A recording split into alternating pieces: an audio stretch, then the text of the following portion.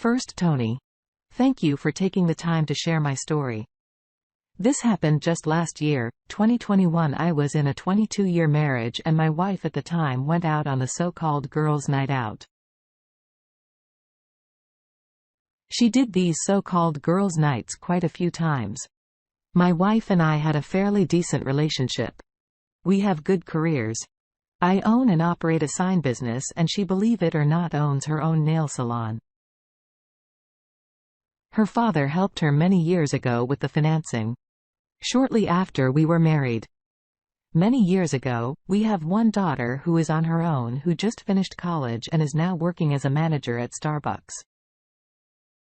I have a wonderful relationship with my daughter.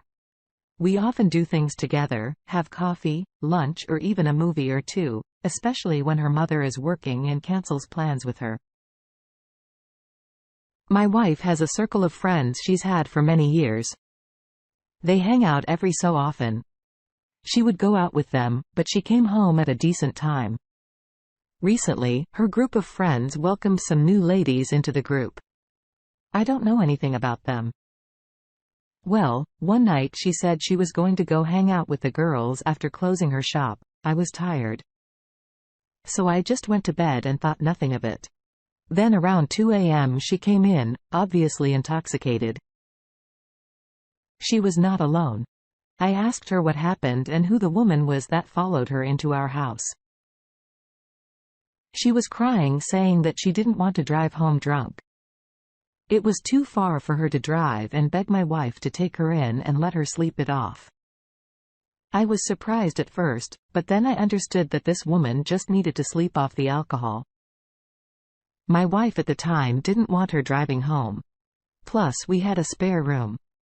So after that night, my wife took her to her car the next day and she got home safe and sound.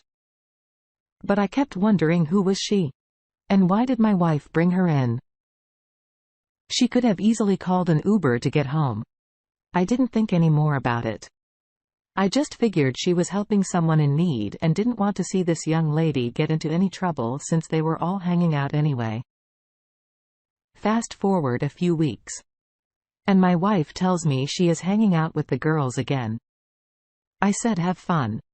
But in the back of my mind I thought, she is starting to make this a habit just a year prior. She wasn't going out at all after work. She often complained about the long days at her nail salon. I didn't say anything because I didn't want to seem like I was keeping tabs on her or seem controlling. We were married for 22 years, so it's never ever been an issue anyway. I didn't notice she was starting to come home later and later. Every time she would come home later, I would make some type of sarcastic comment. And to my surprise, she didn't say anything. She just kept going out with the girls after 22 years of marriage. This behavior of her going out more than 2 or 3 times a week with the girls with the husband at home,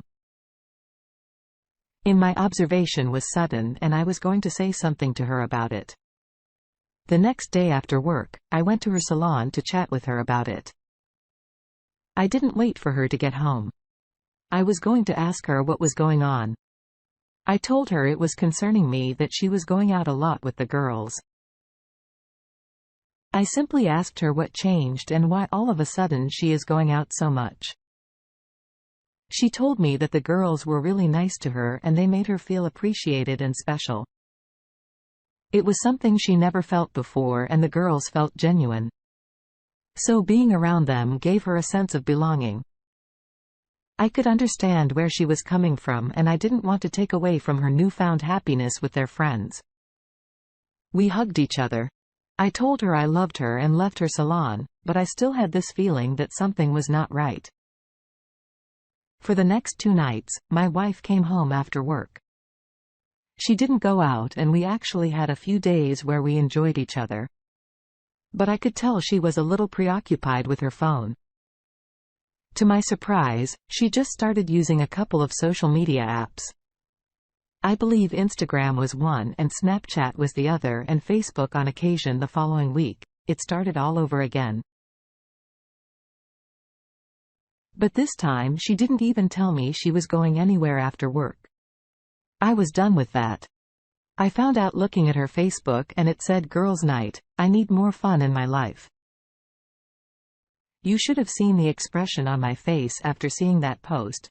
It was about 7 p.m. Her shop was closing in an hour. So I drove up there and lo and behold, she was not there. The girls she usually hangs out with, mostly her coworkers, looked at me like they saw a ghost. I asked where she was and all I got was she went out for lunch and should be back in a little while. All I said was okay. I walked out, walked to my car and left the parking lot, but I did not leave the area. I parked in a spot where no one could see me. Well, a little while came and went, the girls closed the shop and my wife never came back. I drove home thinking my marriage is about to end and we live in Arkansas. So my first thought was to hire a private investigator, but I quickly learned that Arkansas is a fault-based divorce state, so this could get messy. But I had this burning desire to find out what the hell was going on with her.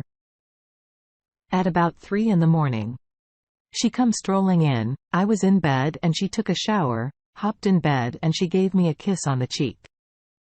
Fast forward to about 10 a.m. she is still asleep and her phone is going off like crazy. So I go to pick it up. I swear to you, that woman moved so fast. I couldn't believe it. She took the phone out of my hand and asked what was I doing. I looked at her and didn't say anything. I walked out. I knew something was going on. Then I left the house to go to my shop. She was blowing up my phone, calling and even sending text messages. I didn't answer. So I called a few lawyers here in the state of Arkansas to get a free consultation regarding divorce and how to go about it if I chose to do so. The lawyer said I had a few options: find out the truth on my own and confront her with it, or hire someone to get eyes on her and follow her around.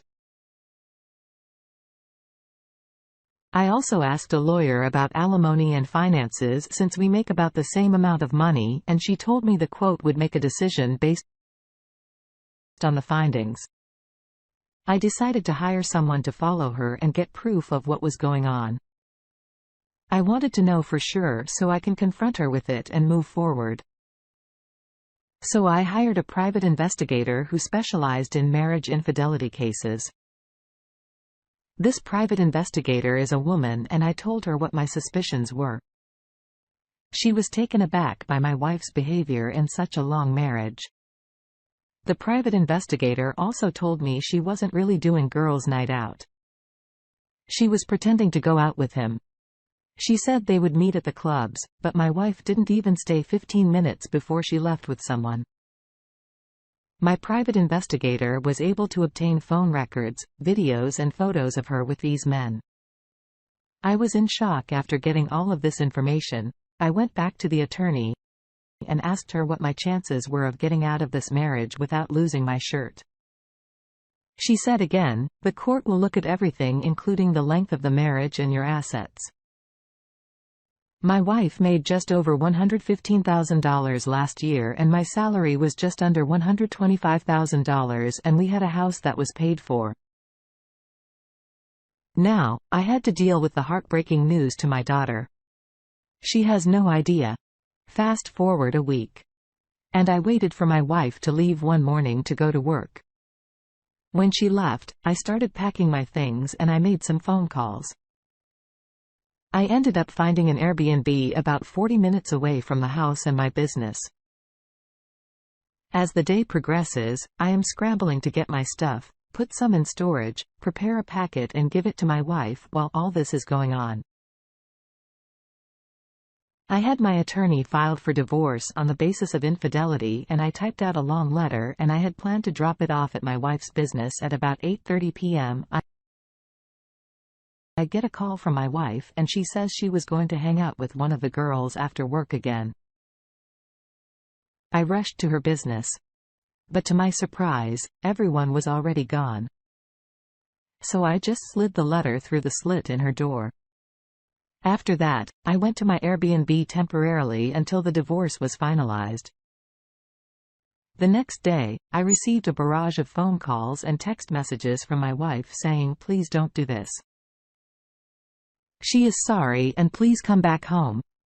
I simply replied, "We are done. I will see you in court." She went ballistic after that, and her next words were, "Screw you." Then that was the last time I heard from her until the court date at the divorce hearing. I presented all of the evidence I had obtained. And my wife's attorney also asked for a settlement amount.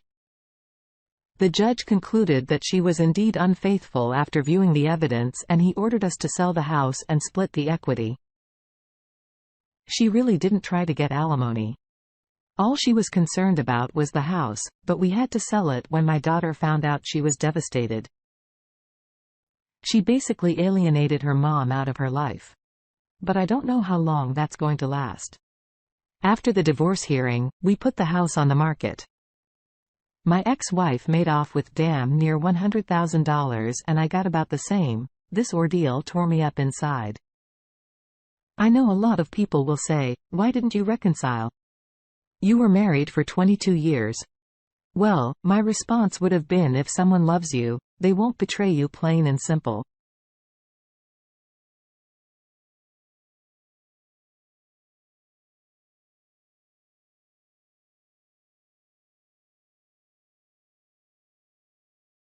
My daughter has reached out to me and told me her mom has called her crying, apologizing, but she will not talk to her. About 2 months later, I drive by my ex-wife's nail shop and there is a "for sale" sign in the window. I didn't see her car. So I was curious when I walked in. I just said, "For sale." One of the girls said she was moving. That's why she's selling her business. I left her salon and told my daughter to try and call and talk to her mother. My daughter simply didn't care. She was moving. I told her, "You can't alienate her forever." My daughter said, "I am just not ready to forgive her." I have never posted on any kind of forum. Someone told me about Tony's channel, saw some of the stories and decided to share mine in hopes you don't make the same mistake. I did. My mistake was not getting out of the marriage sooner. Tony made a comment in one of his videos. He said long-term marriages are not immune to infidelity. He was right. I had this mindset that we were married for over 2 decades. My marriage was solid girls' night, easily destroyed my 22-year marriage.